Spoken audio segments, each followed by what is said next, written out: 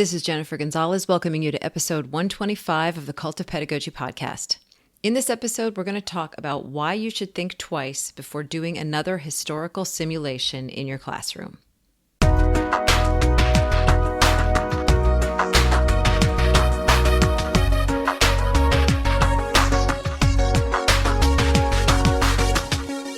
What better way is there to learn about something than to actually live it? That's the thinking behind classroom simulations, where teachers attempt to recreate an event and have students act as participants. Once they've walked in the shoes of the people who are actually part of a given situation, students should, in theory, reach new levels of understanding about that situation. And for many academic topics, this holds true. Students will understand our legal system better if they participate in a mock trial. They'll gain a deeper appreciation for what led to the Boston Tea Party after playing out the roles of colonists being taxed. Virtual simulations offer even more possibilities. A digital chemistry lab, for example, will allow students to mix many more chemicals and see their results far more easily than if they tried to gather and mix the same chemicals in real life. But when it comes to certain events, those related to slavery, the Holocaust, war crimes, or any other event where people experienced violence or trauma, simulations can do more harm than good. Although teachers who conduct these activities do so because they want students to develop deeper empathy for the people involved, they end up putting students in a position to inflict pain on each other and experience real trauma, all without much educational benefit at all. We can do better. To talk with me about this topic, I have invited history professor Hasan Kwame Jeffries onto the podcast. This is the second time Dr. Jeffries has been on. The first was episode 98, when we talked about better ways to teach about slavery. In this episode, we discuss why certain historical simulations are harmful and what teachers should be doing instead. Before we get started, I'd like to thank Pro Writing Aid for sponsoring this episode. We have a lot of good writing tools out there, but Pro Writing Aid is one of the most comprehensive I've seen. It works a bit like your usual grammar checker, but then it goes way deeper into style and writing technique issues. It's great for learning because along with suggestions, you can click for in-depth explanations about why passive voice or hidden verbs, for example, are problematic. If you're an English teacher, you really need to take a look at this tool. It will reinforce a lot of what you're trying to teach your students. The summary report will identify the key ways students can improve their writing, which means that you can better personalize your feedback. They have even just released a free teacher's manual that links their reports back to specific education standards, so you can measure student growth toward different learning objectives. You can get a lot of mileage out of the free version, but Cult of Pedagogy listeners can get 25% off of Pro Writing Aid Premium by using the code CULT when you select your plan. Give it a try today at prowritingaid.com. Support also comes from Chill Expeditions. How do you maximize student travel experiences? You partner with outstanding experiential educators in the field.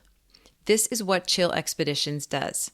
Partner with great teachers like you to customize student travel experiences. They work closely with you to create customized, in-depth experiences that match your excellence in the classroom. Build a school in rural Rwanda. Study dolphins with local biologists in Costa Rica. Gain language skills in a homestay in a tiny Spanish village on the Mediterranean coast. Without the team of educators at Chill Expeditions, including expert trip planners, highly trained guides, and visionary local collaborators, these experiences wouldn't be the same. Chill Expeditions has the finest professional field educators in the business because the educators you travel with matter. Learn more at chillexpeditions.com. The Cult of Pedagogy podcast is part of the Education Podcast Network. The EPN family is the home of dozens of different podcasts, and each one is focused on education. Check out all of our shows at edupodcastnetwork.com. Now here's my interview with Hasan Kwame Jeffries about classroom simulations. So I would like to welcome Hasan Kwame Jeffries to the podcast. Welcome again. Great to be with you again. think you're only my second repeat interview, maybe the third person I've had on. It's 124 episodes, so that's kind of a big deal for me. That's a big deal for me too. I am honored. Yeah. I'm glad we can continue our conversation and move in some new directions as well. Yeah, and actually the reason that I even knew you were somebody I could talk to about this was because we saw each other at a conference and you were there presenting on historical simulations. Exactly. And we started talking about that and I thought, well, that's something else I would love to do an episode on. So, before we get into that, just give my listeners a little bit of an overview of the work that you typically do. Oh, absolutely. So I teach African American history at the Ohio State University.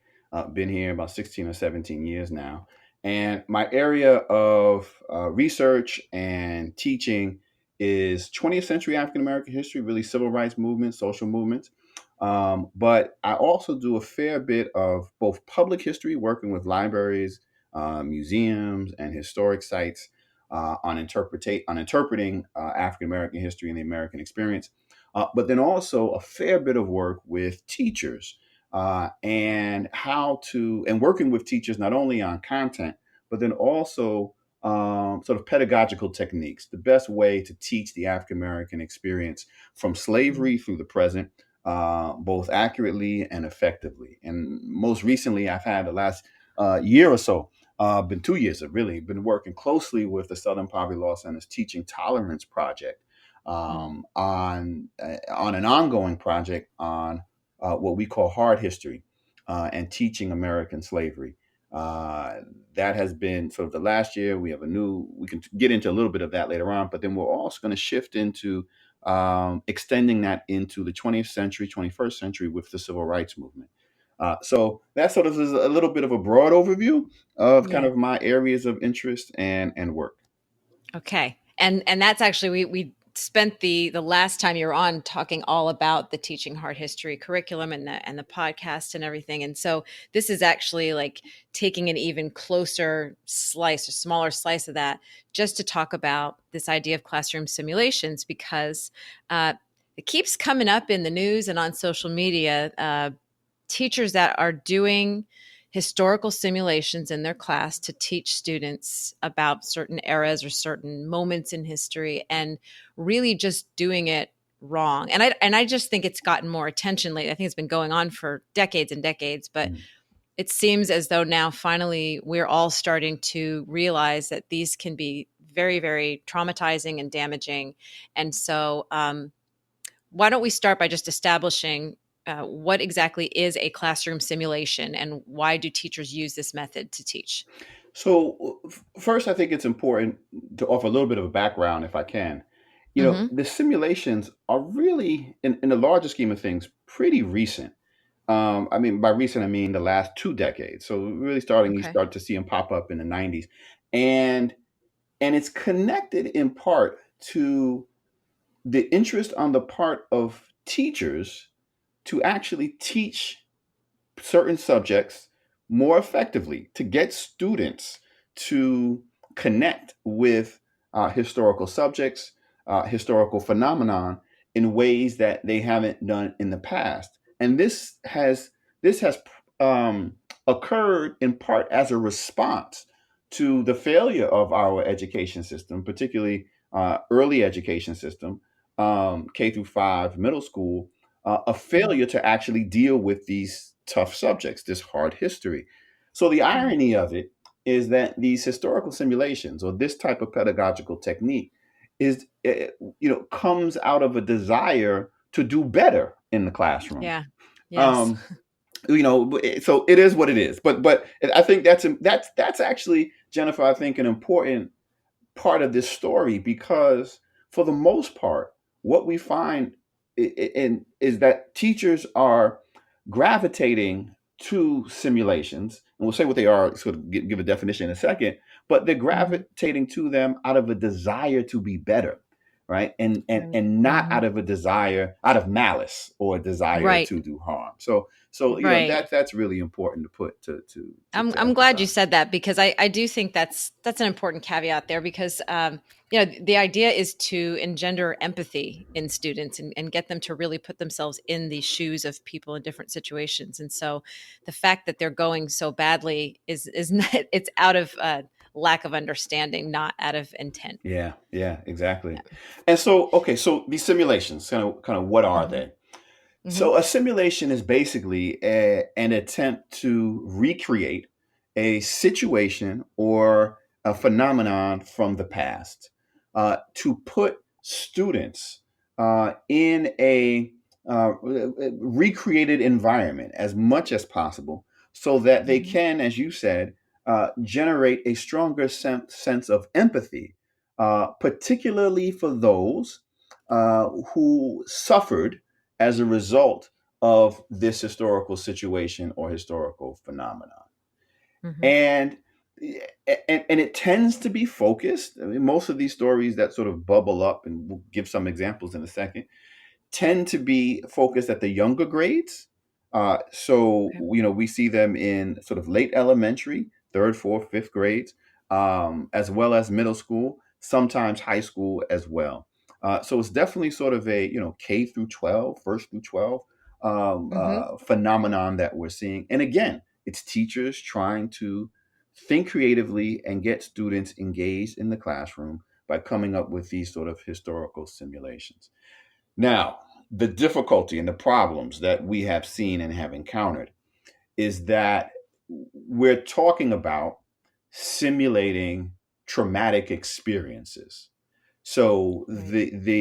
the scenarios, some of the scenarios that have cropped up, have been out of New York. One was simulating a auction of enslaved people, in Hmm. which the teacher, third or fourth grade teacher, in a class that was mixed race, both so African Americans, Latinos, and whites, and had the African American students sort of students of color step out of the classroom and then come back in as though they were enslaved people to be auctioned and sold and bid on by the white students in the Mm. classroom. Hmm. So that's one. Another one, Hmm. and that's pretty common, has been um, to simulate the Middle Passage, Mm. the transit of enslaved Africans from the in bondage from the coast of Africa, interior of Africa, to the Americas.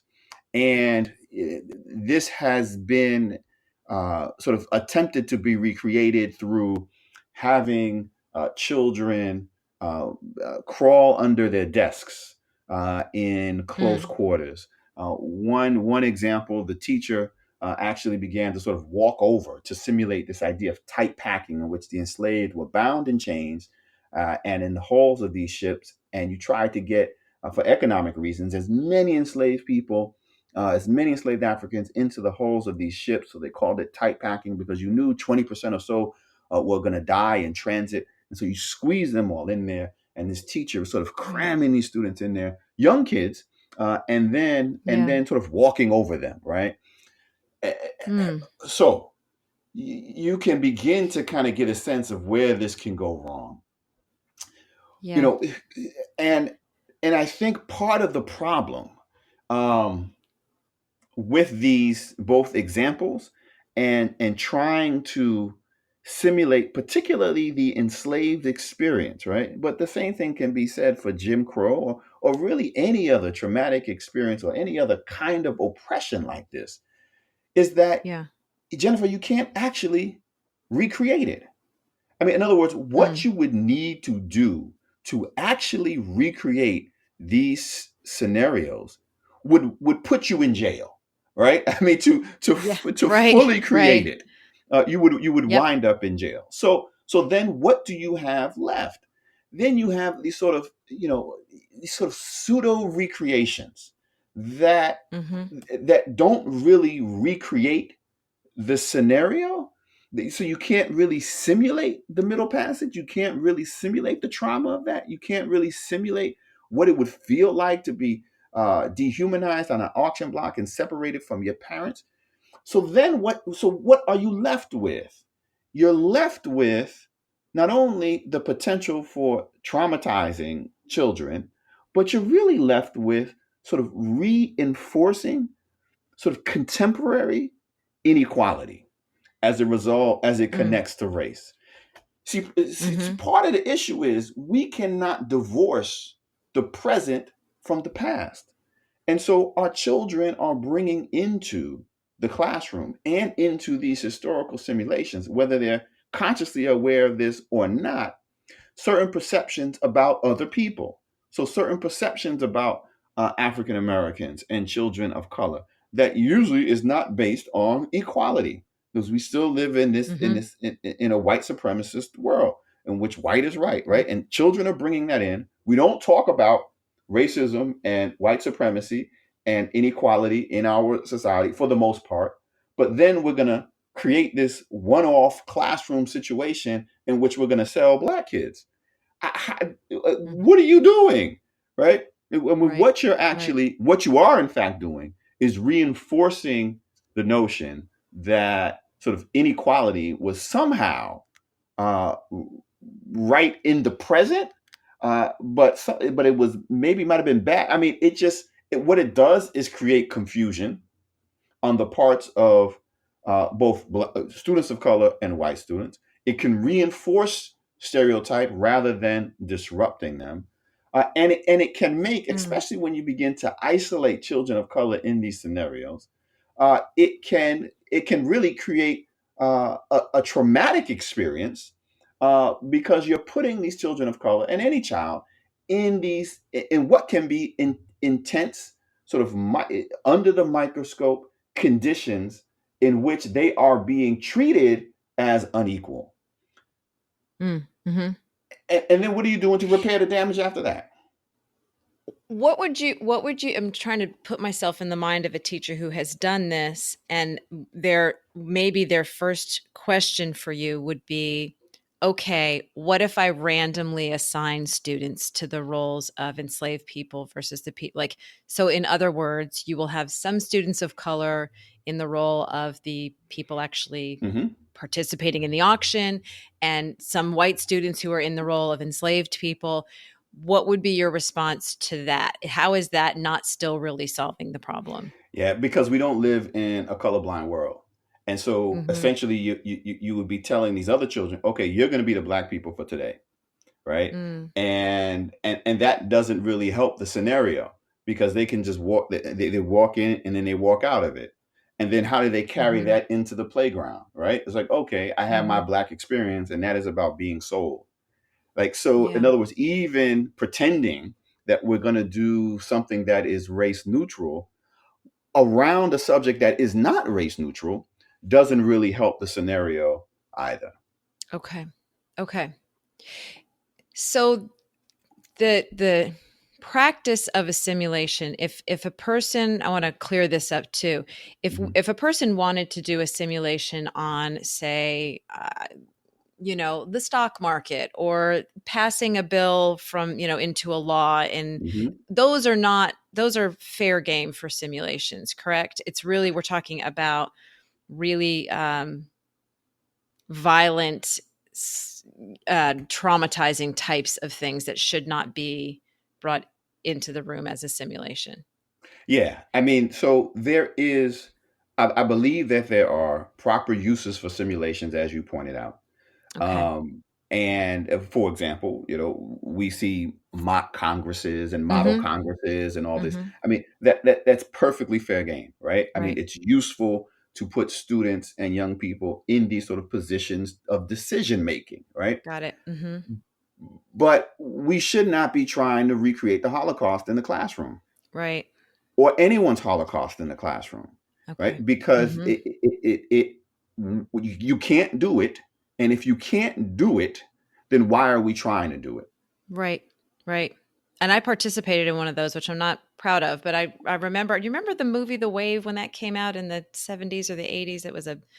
it was about a classroom. It was a book, and then it was a movie about a long-term school experiment with Mm, the Holocaust simulation. And then this guy really became Hitler-like, and he was trying to show these students how Hitler got the Nazis to go along with things they wouldn't normally do. Very, very powerful. But I think that film mm, probably inspired a lot of teachers to do that. And in our school, we had this yellow dot project. We got parent permission, and some kids were randomly assigned to wear these yellow dots on their mm, things, and it was like this the star, the yellow star. And I can remember treating some kids poorly for a couple of days on purpose because that was part of the lesson. And now I'm looking back and I'm pretty much horrified by it, mm, because I didn't have the awareness of that. And so I do. My experience with that was that I feel like I did some permanent damage to relationships with some of my students, mm, because even though I was acting, mm-hmm. that doesn't matter. I was treating them very, very badly, uh, and I just didn't understand, I think, the consequences of that. And that's part of the issue, right? Mm-hmm.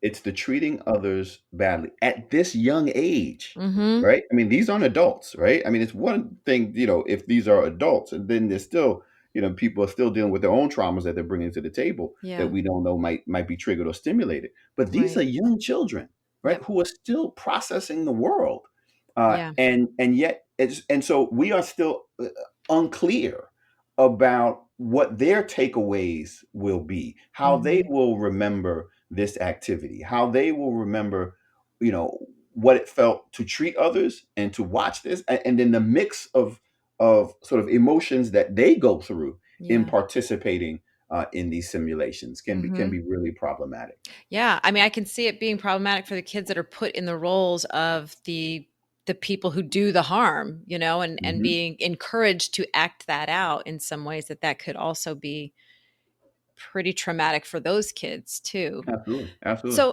So if I'm a teacher and I really want to give my students something like an immersive experience to really help them to understand maybe viscerally what this experience was like, what do you recommend instead, or is that just not possible? It's certain things just aren't possible, Mhm. and so you cannot create an immersive experience around the middle passage.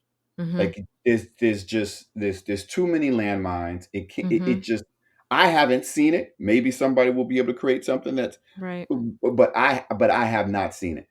And just, I mean, if you just take this a step further, imagine imagine if you could, and with the technology of today, and certainly the technology of tomorrow, of creating the ultimate immersive experience of the middle passage, where a child will put on some one of these virtual reality Mm. masks, goggles, glasses, and, Right. and then you could actually put them into the hull of a slave ship at three or in the fourth grade. You Yeah. could tie their hands in the classroom, and you Gosh. could throw water at them. Right? It's like, Mm. okay, you have successfully created this amazing immersive experience. Would you want to do that? Right. Right. Right. And so if Mhm. we can't even get it, so if we're saying that actually recreating it is not something that we would want to do, then we Uh-huh. shouldn't even begin to put our toe in that water.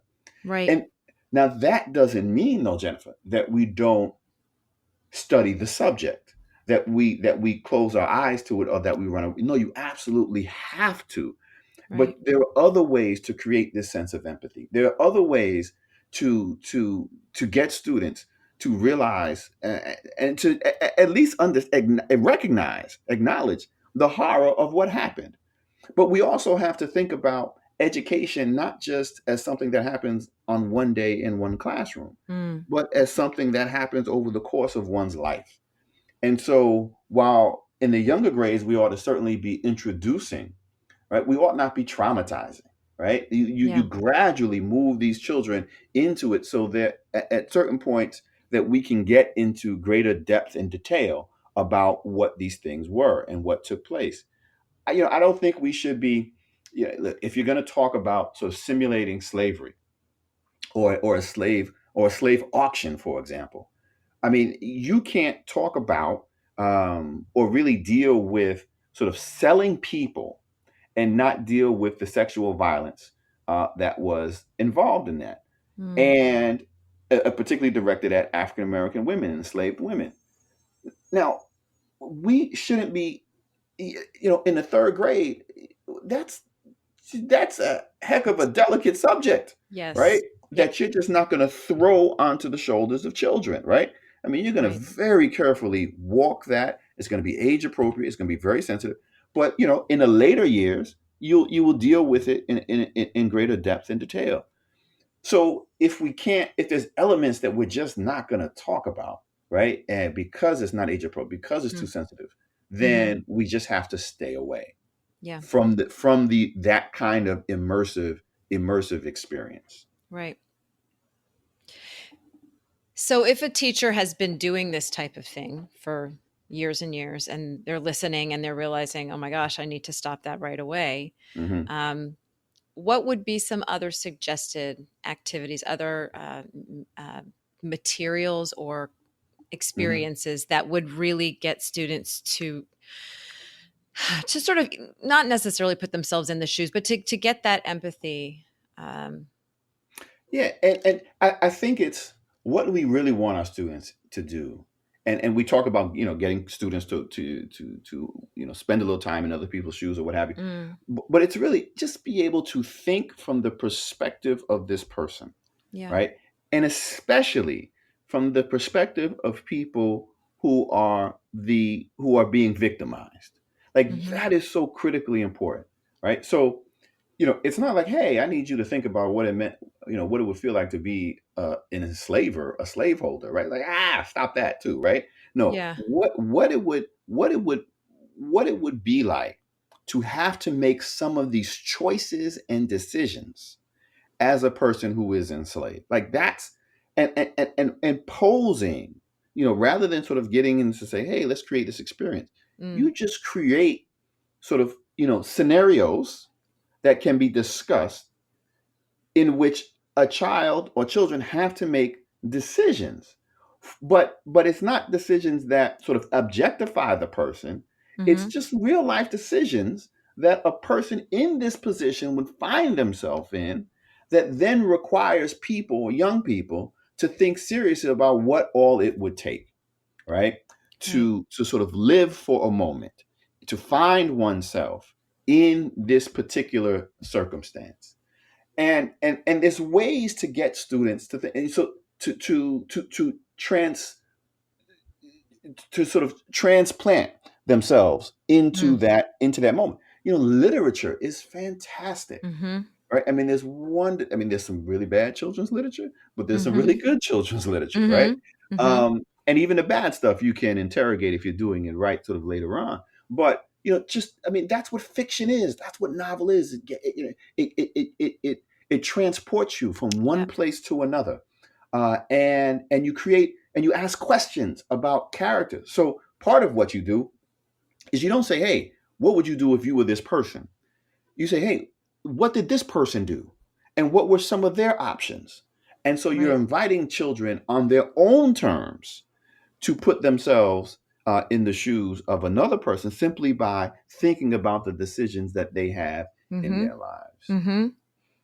And that's, that kind of an approach is a lot more sort of subtle, and it's, if a person's walking past the classroom, they don't see this big activity going on, but it really has the potential to hit students on a much deeper level, get them more introspective. Because another thing I'm thinking about with a lot of these simulations, you're putting kids in this situation where they're going to be uncomfortable, and things have a real risk to me of getting silly, and Mm, then you're making a joke of this whole thing. yes, Which you don't want that either. So right. what you're describing right now sounds just so much more thoughtful, and it would also require a lot less planning time on the teacher's part too, which is just another bonus of that. Yeah, we certainly. So one of the risks and you just outlined this. One of the risks that we mentioned before, sort of, you don't want to traumatize students, right? Mm, hmm. Point number one: do no harm to your students. Applies to Right. teachers too.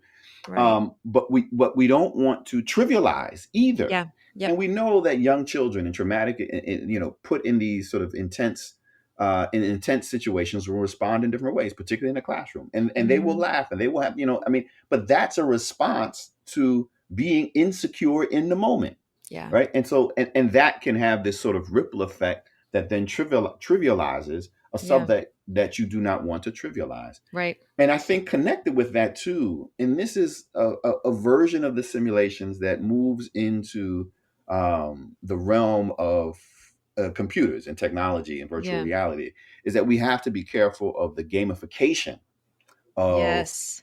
history, and because that has the same that can have the same trivializing effect as well. Yeah. Yep. Now, that doesn't mean that we say, okay, no more technology. We're just going to Mm. read books and primary sources. No, it just means that we have to be thoughtful and careful about what we do. So, one of the most common, scenarios, online scenarios, simulations, right, Mm-hmm. is about enslaved people running away, right? Mm-hmm. And so you see these, like, oh, you make sort of these decisions, and this person's trying to get here, So how does Ruth Ann escape from Kentucky to Ohio?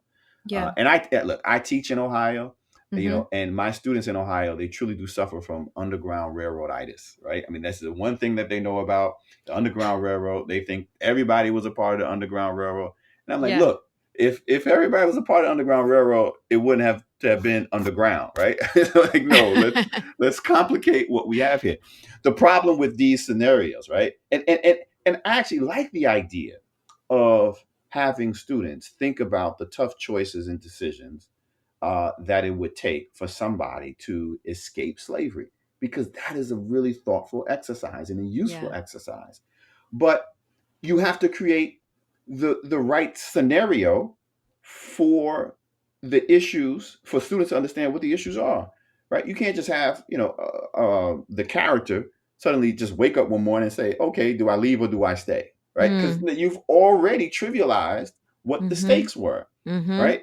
And are you talking about sort of, what are the consequences, what are the costs, who's being left behind, where is this place, what are the other options? Does everybody just go to Ohio? You can't go to Ohio if you're in Mississippi. I mean, so there are so many other sort of permutations that have to be included, and if they are not included, then I think you wind up going back to the point that you had said earlier about trivializing this history. Even if the Right. students aren't laughing, if they're not getting a full sense of the scope of the conditions and circumstances, including the sexual violence, right? That is so Yeah. intimately connected to all of this, and the reasons why people would decide to escape and stay, then you're actually doing a disservice. They're Yeah. learning less than what they should be learning. Mm. And Mm-hmm. and that has been historically a part of the problem, because the little bit, like, part of the issue is we do such a poor job of integrating these difficult subjects, this hard history, stuff like slavery, throughout the curriculum over the years, but rather we just sort of drop it in. In Ohio, they get a little Underground Railroad in the third grade, and Mm. then they Mm-hmm. don't deal with early American history and slavery until the eighth grade, right? I mean, so Yeah. there's these like two moments with nothing in the middle. But Yeah. if that's all you're introducing, that Ruth Ann decided to run away, and that's it, and we don't even really know what she was running away from. That's what they're carrying with them into for the next 5 or 6 years, Mm. which is Yeah. equally problematic, because that's also informing how they're understanding all these other aspects of the American experience in this context, that are not being connected to these other problematic histories. Right.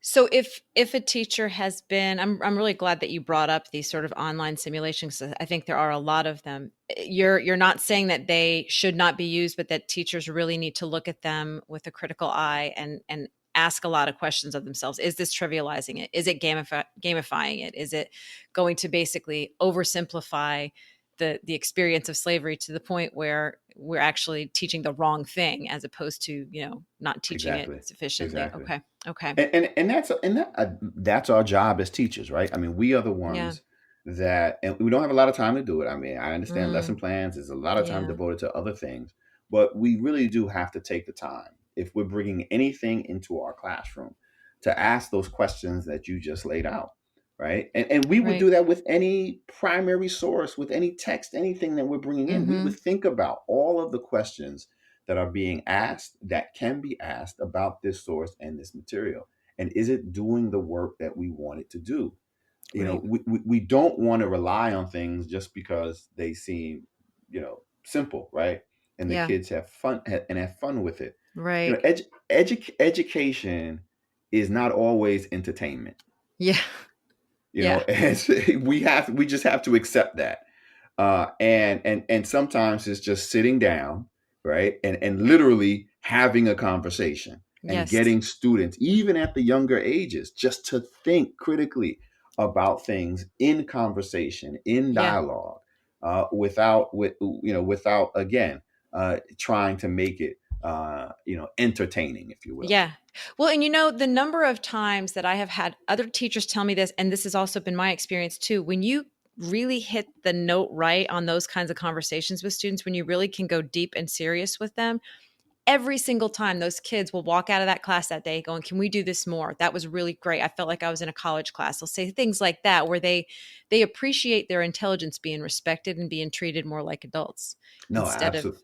yeah. Absolutely. And that is especially the case, I think, with sort of adolescence, so middle school moving into high Mhm. school, Yep. right? And the times I've had conversations or visited classes and received sort of feedback from teachers afterward, and I don't go in doing scenarios. I go in like, look, we're not playing. We're going to sit here and have a conversation. We're going to talk about this, whatever it is. And they say, oh, wow, they really, Dr. Jeffries, it was interesting. He really sort of talked to us like adults. I'm like, Yeah. because they're Yeah. yearning to be treated, right? They are. Like adults. Because they have Um, and- serious thoughts, they have serious yes, questions, and yeah, they're yeah. developing that cognitive ability to really dig into that stuff and talk about it. Absolutely, absolutely. And Yeah. we can save look, we can save the entertainment for other subjects, right? Again, Yeah. it doesn't Yep. mean that we don't make education fun. It should be fun to learn. But there are some subjects, there's nothing fun about it. And Yeah. that's okay, right? Right. That's the hard history. Everything doesn't have to be, a Disney production. Right. We have to get away from that, right? Because it's Yes. traumatic. It is traumatic, and Yeah. we have to treat it as such, and we have to treat it with the sensitivity that it deserves, I think, Jennifer, so that when these kids move forward in life, they don't trivialize the related subjects and Yes. the legacies of these historical phenomena.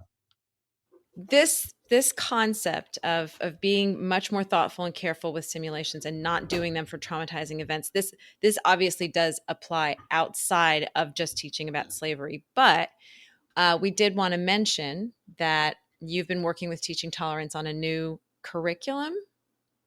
Is Yeah, that so correct? and expanding on the teaching hard history framework and key Mm-hmm. points that we had done and released last year, early part of last year, and that's, they can find that by going to teaching tolerance and or Google searching hard history, Yeah.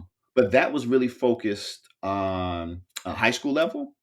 Mm-hmm. And so what we have done over the course of the last year is we've reached out to middle school teachers, or sort of 5 through 8, and ask them sort of what do they need, what are they using, um, you know, to talk about slavery, to teach slavery. Mm-hmm. Mm-hmm. And so what we have done, and we're working on sort of the K through 5 now, is really map out sort of what are sort of key points that our students in at this age level need to be thinking about, need to know about, and Right. what are some of the resources that we can tap into as teachers to use in the classroom. So we've done some of that heavy lifting for them.